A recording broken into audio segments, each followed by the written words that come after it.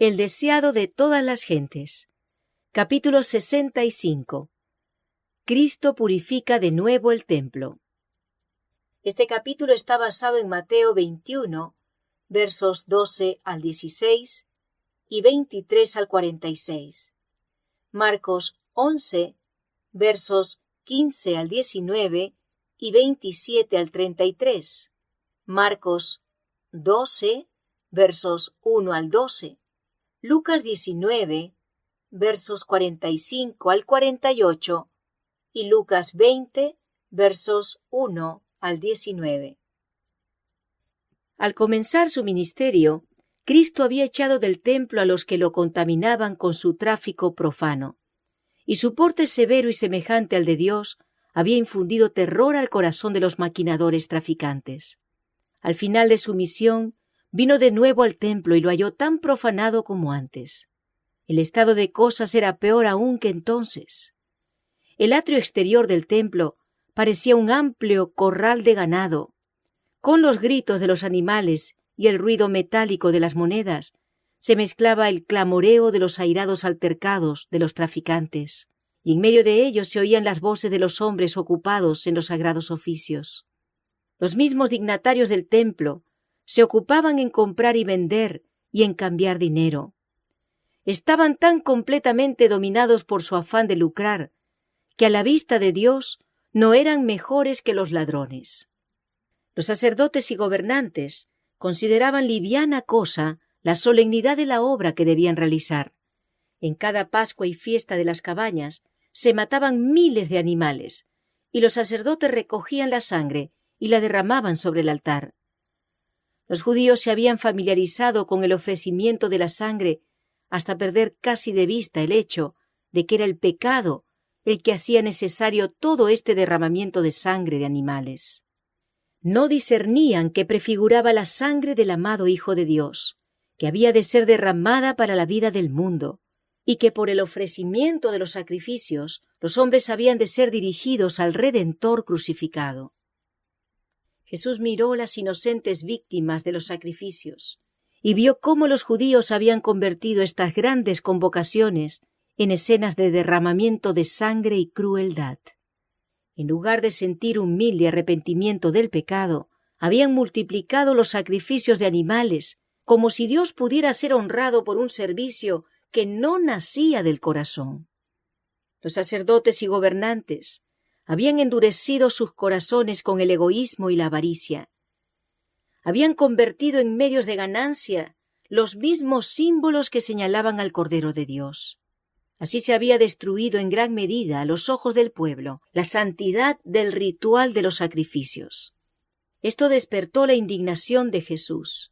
Él sabía que su sangre, que pronto había de ser derramada por los pecados del mundo, no sería más apreciada por los sacerdotes y ancianos que la sangre de los animales que ellos vertían constantemente.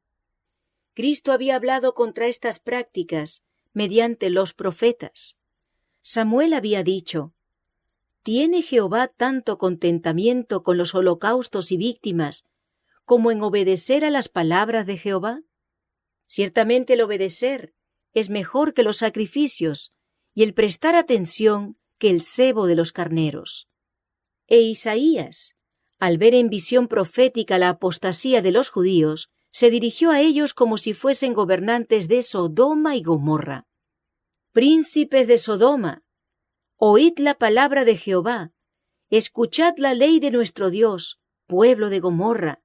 ¿Para qué a mí, dice Jehová, la multitud de vuestros sacrificios? Harto estoy de holocaustos de carneros y de cebo de animales gruesos.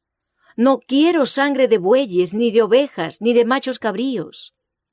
¿Quién demandó esto de vuestras manos, cuando vinisteis a presentaros delante de mí para hollar mis atrios?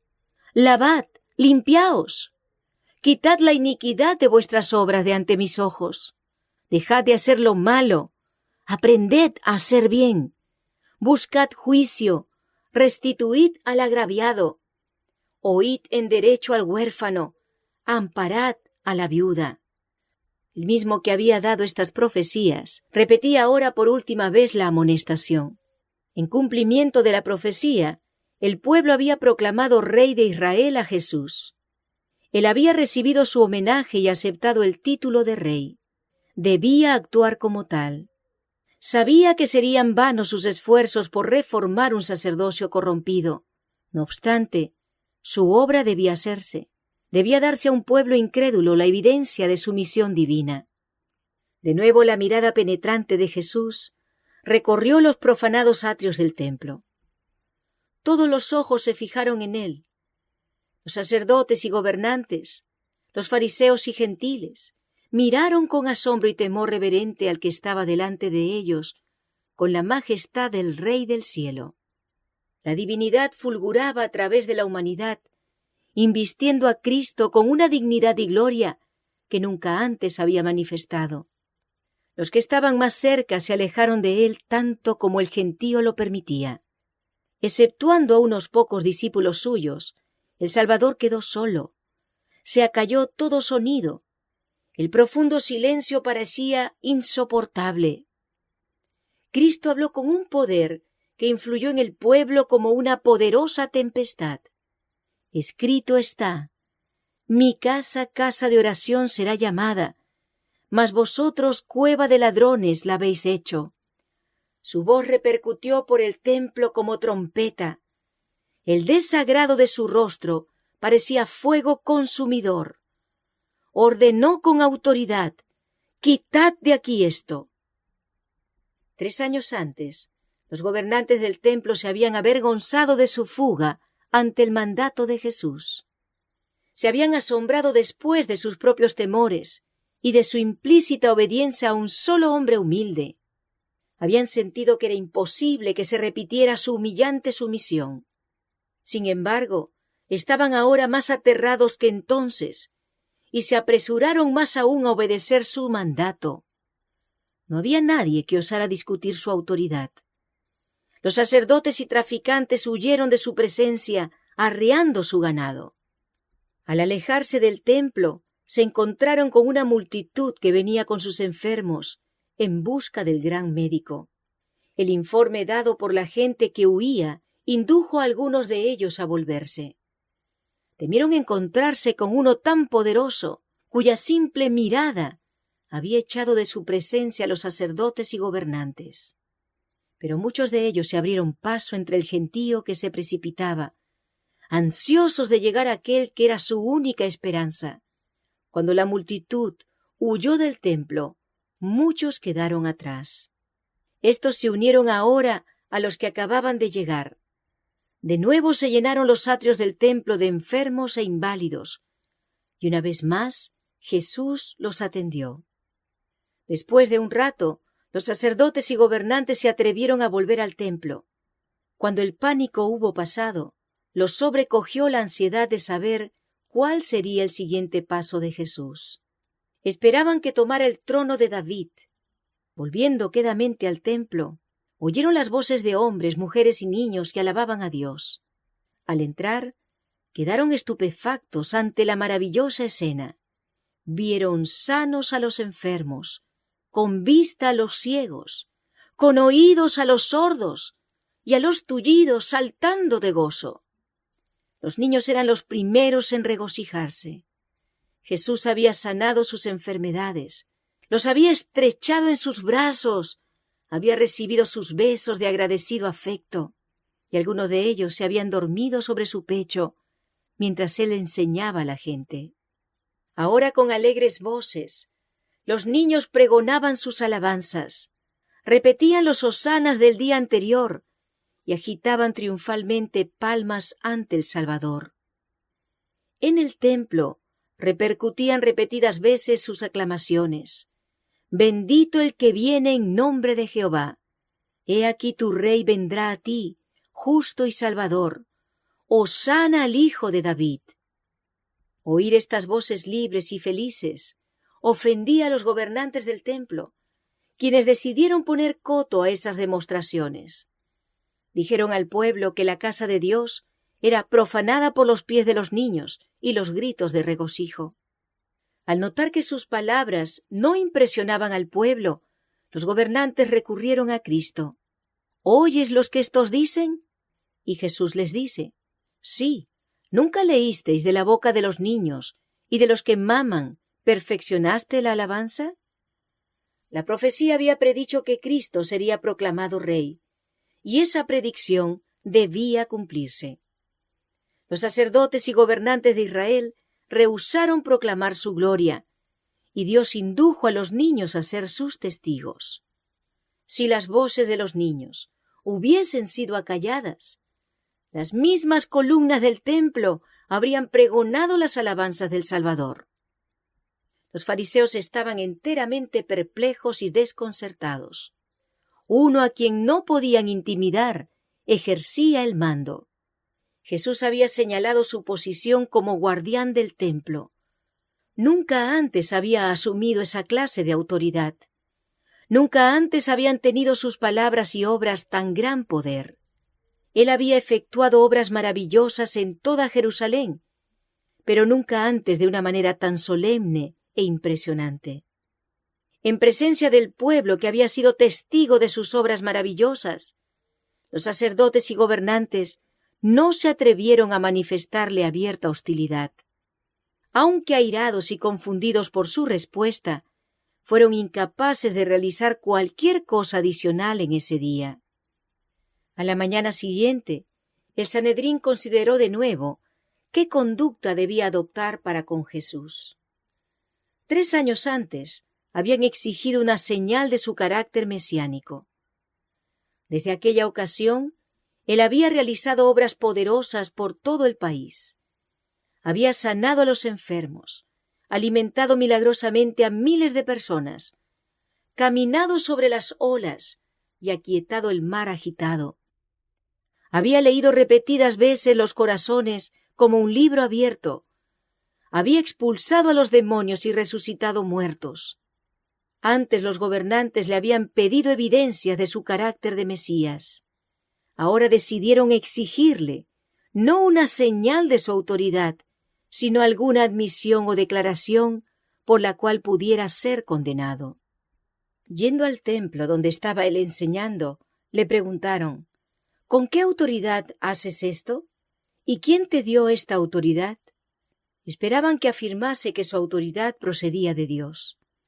Se proponían negar un hacer total, pero Jesús les hizo frente con una pregunta que al parecer concernía a otro asunto, e hizo depender su respuesta a ellos de que contestaran esa pregunta. El bautismo de Juan, dijo, ¿de dónde era? ¿Del cielo o de los hombres?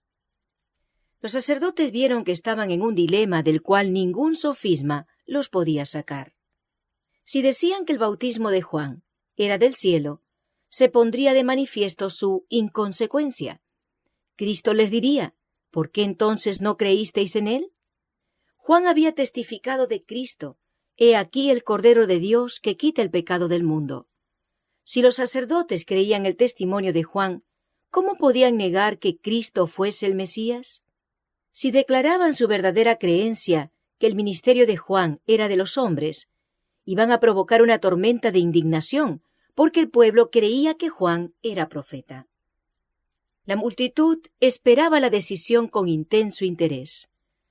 Sabían que los sacerdotes habían profesado aceptar el ministerio de Juan, y esperaban que reconocieran sin reservas que era enviado de Dios. Pero después de consultarse secretamente, los sacerdotes decidieron no comprometerse. Simulando ignorancia, dijeron hipócritamente: no sabemos. Ni yo os digo con qué autoridad hago esto, dijo Jesús. Los escribas, sacerdotes y gobernantes fueron reducidos todos al silencio. Desconcertados y chasqueados, permanecieron cabizbajos, sin atreverse a dirigir más preguntas a Jesús. Por su cobardía e indecisión, habían perdido en gran medida el respeto del pueblo, que observaba y se divertía al ver derrotados a esos hombres orgullosos y henchidos de justicia propia.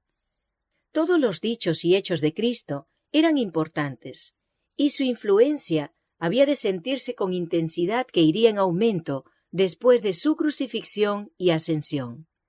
Muchos de los que habían aguardado ansiosamente el resultado de las preguntas de Jesús serían finalmente sus discípulos, atraídos a él por sus palabras de aquel día lleno de acontecimientos. Nunca se desvanecería de sus mentes la escena ocurrida en el atrio del templo. El contraste entre Jesús y el sumo sacerdote, mientras hablaron juntos, era notable. El orgulloso dignatario del templo estaba vestido con ricas y costosas vestimentas.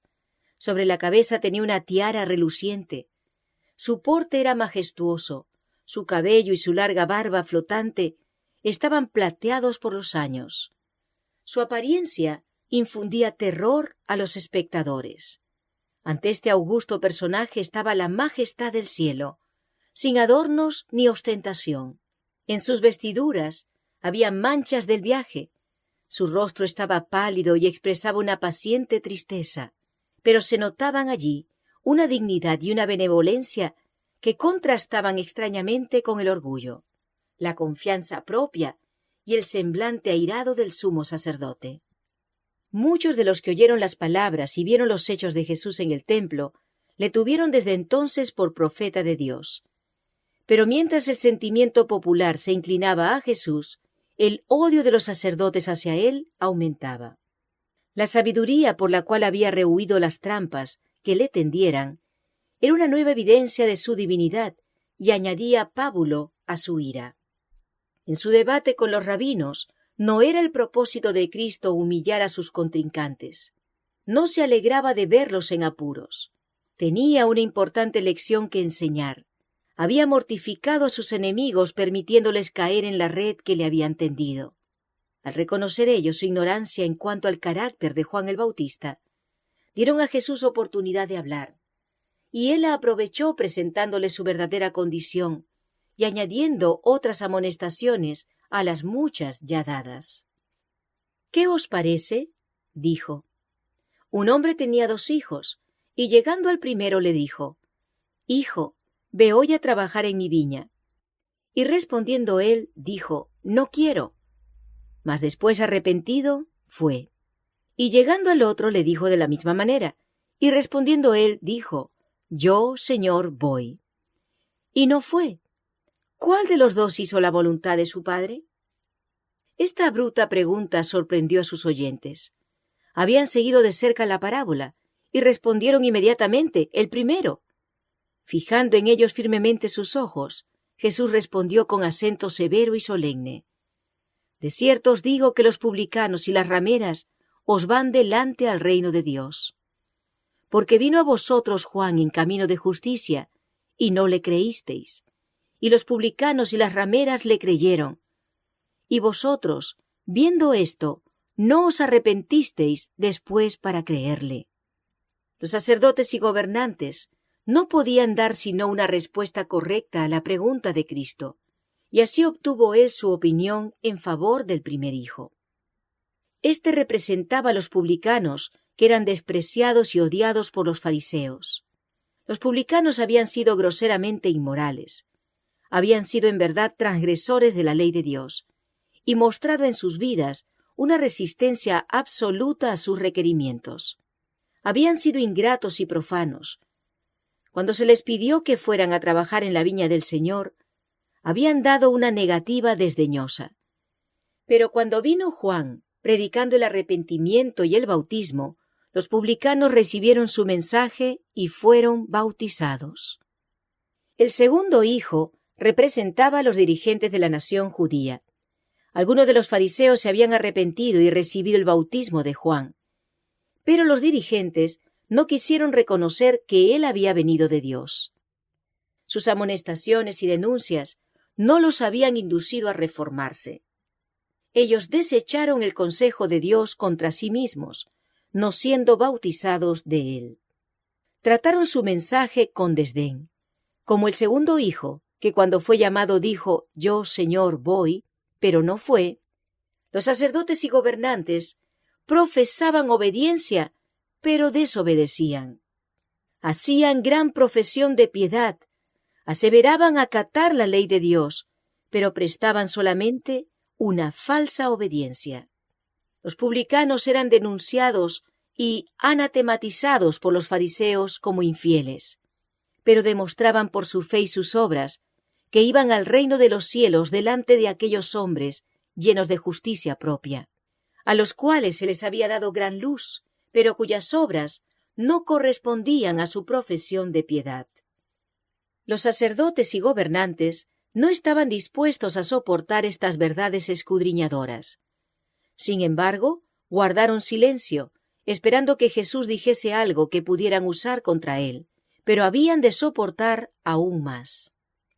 «Oíd otra parábola», dijo Cristo. Fue un hombre, padre de familia, el cual plantó una viña, y la cercó de vallado, y cavó en ella un lagar, y edificó una torre, y la dio a renta a labradores, y se partió lejos. Y cuando se acercó el tiempo de los frutos, envió sus siervos a los labradores para que recibiesen sus frutos.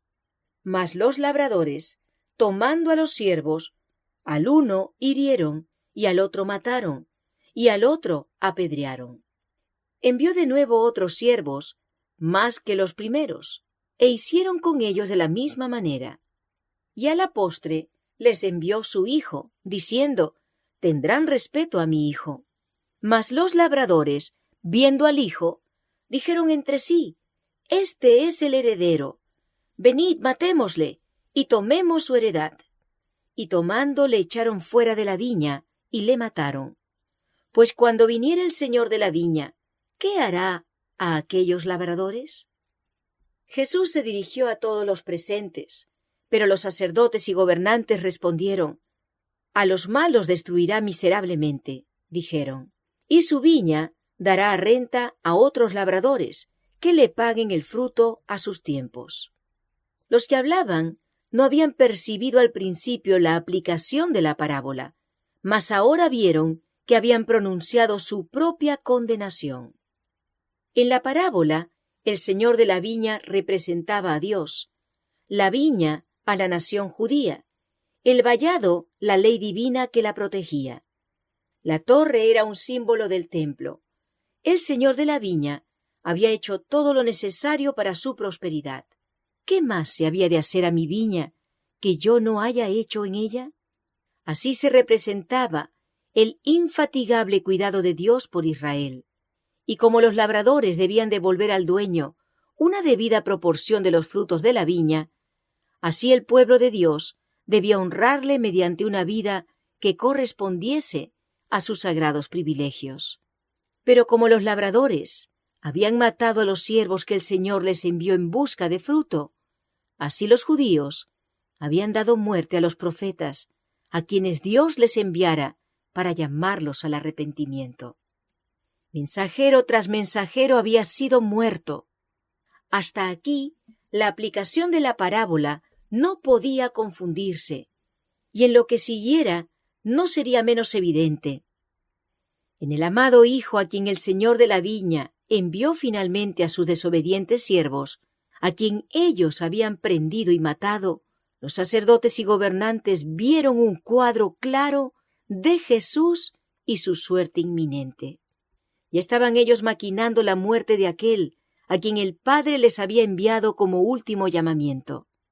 En la retribución infligida a los ingratos labradores estaba pintada la sentencia de los que matarían a Cristo. Mirándolos con piedad, el Salvador continuó: «¿Nunca leísteis en las Escrituras: la piedra que desecharon los que edificaban, esta fue hecha por cabeza de esquina? Por el Señor es hecho esto, y es cosa maravillosa en nuestros ojos. Por tanto os digo, que el reino de Dios será quitado de vosotros, y será dado a gente que haga los frutos de él. El que cayere sobre esta piedra será quebrantado, y sobre quien ella cayere le desmenuzará». Los judíos habían repetido a menudo esta profecía en las sinagogas, aplicándola al Mesías venidero. Cristo era la piedra del ángulo de la dispensación judaica y de todo el plan de la salvación. Los edificadores judíos, los sacerdotes y gobernantes de Israel, estaban rechazando ahora esta piedra fundamental. El Salvador les llamó la atención a las profecías que debían mostrarles su peligro. por todos los medios a su alcance, procuró exponerles la naturaleza de la acción que estaban por realizar. Y sus palabras tenían otro propósito. Al hacer la pregunta, cuando viniere el Señor de la viña, ¿qué hará a aquellos labradores? Cristo se proponía que los fariseos contestaran como lo hicieron. Quería que ellos mismos se condenaran. Al no inducirlos al arrepentimiento, sus amonestaciones sellarían su sentencia, y él deseaba que ellos vieran que se habían acarreado su propia ruina. Él quería mostrarles cuán justo era Dios al privarlos de sus privilegios nacionales, cosa que ya había empezado, y terminaría no solamente con la destrucción de su templo y ciudad, sino con la dispersión de la nación. Los oyentes comprendieron la amonestación, pero a pesar de la sentencia que habían pronunciado sobre sí mismos, los sacerdotes y gobernantes estaban dispuestos a completar el cuadro, diciendo: «Este es el heredero. Venid, matémosle». Y buscando cómo echarle mano, temieron al pueblo, porque el sentimiento popular estaba en favor de Cristo. Al citar la profecía de la piedra rechazada, Cristo se refirió a un acontecimiento verídico de la historia de Israel. El incidente estaba relacionado con la edificación del primer templo. Si bien es cierto que tuvo una aplicación especial en ocasión del primer advenimiento de Cristo, y debiera haber impresionado con una fuerza especial a los judíos, tiene también una lección para nosotros. Cuando se levantó el templo de Salomón, las inmensas piedras usadas para los muros y el fundamento habían sido preparadas por completo en la cantera. De allí se las traía al lugar de la edificación, y no había necesidad de usar herramientas con ellas. Lo único que tenían que hacer los obreros era colocarlas en su lugar. Se había traído una piedra de un tamaño poco común y de una forma peculiar para ser usada en el fundamento. Pero los obreros no podían encontrar lugar para ella, y no querían aceptarla. Era una molestia para ellos mientras quedaba abandonada en el camino. Por mucho tiempo permaneció rechazada, pero cuando los edificadores llegaron al fundamento de la esquina, buscaron mucho tiempo una piedra de suficiente tamaño y fortaleza, y de la forma apropiada para ocupar ese lugar y soportar el gran peso que había de descansar sobre ella. Si hubiesen escogido erróneamente la piedra de ese lugar, hubiera estado en peligro todo el edificio. Debían encontrar una piedra capaz de resistir la influencia del sol, de las heladas y la tempestad. Se habían escogido diversas piedras en diferentes oportunidades, pero habían quedado desmenuzadas bajo la presión del inmenso peso. Otras no podían soportar el efecto de los bruscos cambios atmosféricos. Pero al fin, la atención de los edificadores se dirigió a la piedra por tanto tiempo rechazada. Había quedado expuesta al aire, al sol y a la tormenta, sin revelar la más leve rajadura. Los edificadores la examinaron. Había soportado todas las pruebas menos una. Si podía soportar la prueba de una gran presión, la aceptarían como piedra de esquina. Se hizo la prueba. La piedra fue aceptada. Se la llevó a la posición asignada y se encontró que ocupaba exactamente el lugar. En visión profética, se le mostró a Isaías que esta piedra era un símbolo de Cristo. Él dice: «A Jehová de los ejércitos, a Él santificad. Sea Él vuestro temor y Él sea vuestro miedo». Entonces Él será por santuario, mas a las dos casas de Israel por piedra para tropezar, y por tropezadero para caer, y por lazo y por red al morador de Jerusalén. Y muchos tropezarán entre ellos y caerán, y serán quebrantados, enredaránse y serán presos. Conduciéndoselo en visión profética al primer advenimiento, se le mostró al profeta que Cristo había de soportar aflicciones y pruebas, de las cuales era un símbolo, el trato dado a la piedra principal del ángulo del templo de Salomón. Por tanto, el Señor Jehová dice así: He aquí que yo fundo en Sión una piedra, piedra de fortaleza, de esquina, de precio, de cimiento estable. El que creyere, no se apresure. En su sabiduría infinita, Dios escogió la piedra fundamental y la colocó Él mismo. La llamó cimiento estable. El mundo entero puede colocar sobre él sus cargas y pesares, puede soportarlos todos. Con perfecta seguridad pueden todos edificar sobre él. Cristo es una piedra probada. Nunca chasquea a los que confían en él. Él ha soportado la carga de la culpa de Adán y de su posteridad, y ha salido más que vencedor de los poderes del mal. Ha llevado las cargas arrojadas sobre él por cada pecador arrepentido. En Cristo ha hallado alivio el corazón culpable. Él es el fundamento estable. Todo el que deposita en él su confianza descansa perfectamente seguro. En la profecía de Isaías se declara que Cristo es un fundamento seguro y a la vez una piedra de tropiezo. El apóstol Pedro, escribiendo bajo la inspiración del Espíritu Santo, muestra claramente para quiénes es Cristo una piedra fundamental y para quiénes una roca de escándalo.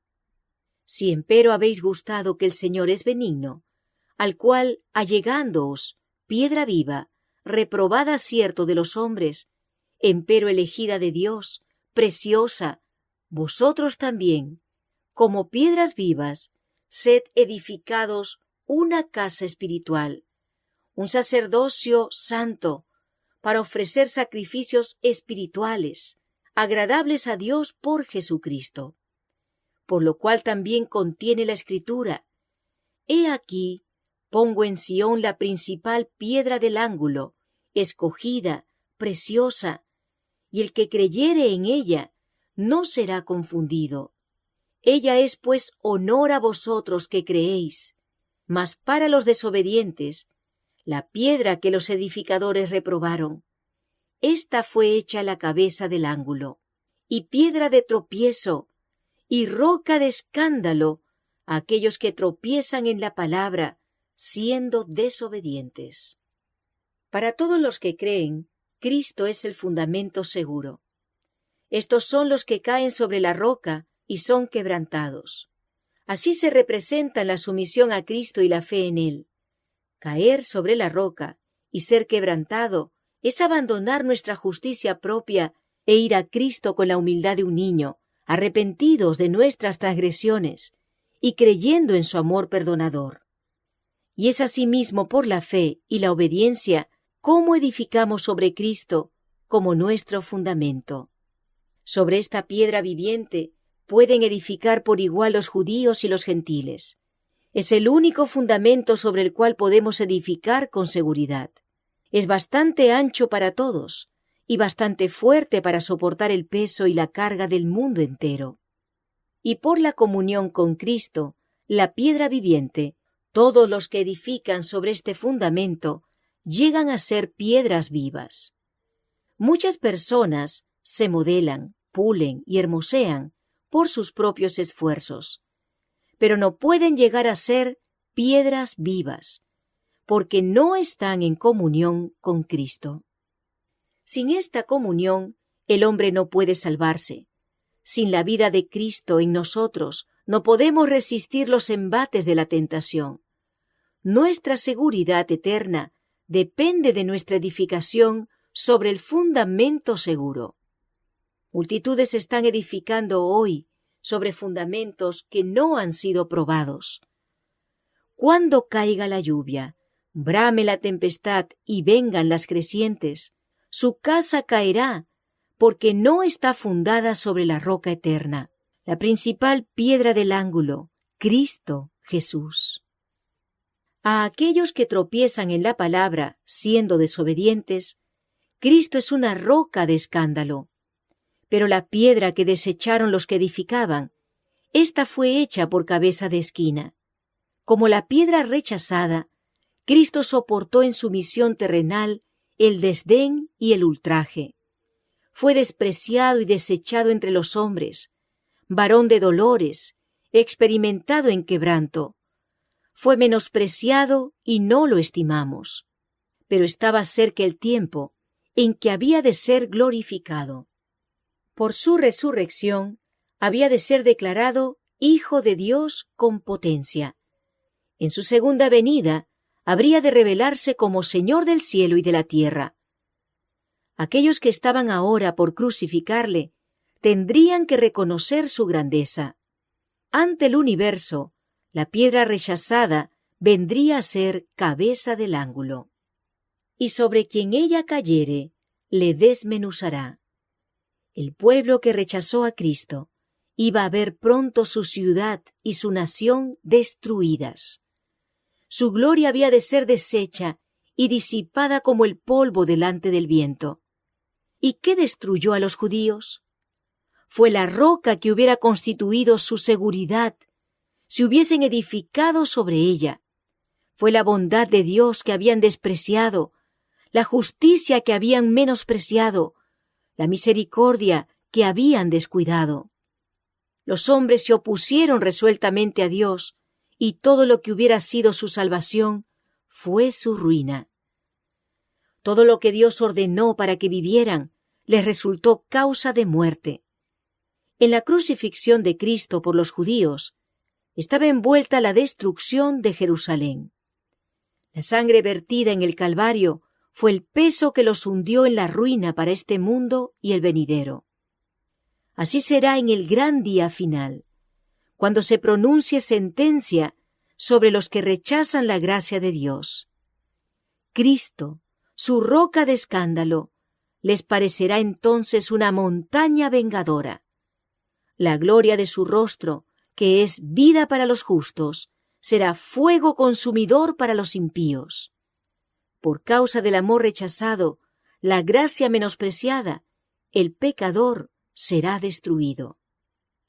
Mediante muchas ilustraciones y repetidas amonestaciones, Jesús mostró cuál sería para los judíos el resultado de rechazar al Hijo de Dios. Por estas palabras, Él se estaba dirigiendo a todos los que en cada siglo rehúsan recibirle como su Redentor. Cada amonestación es para ellos.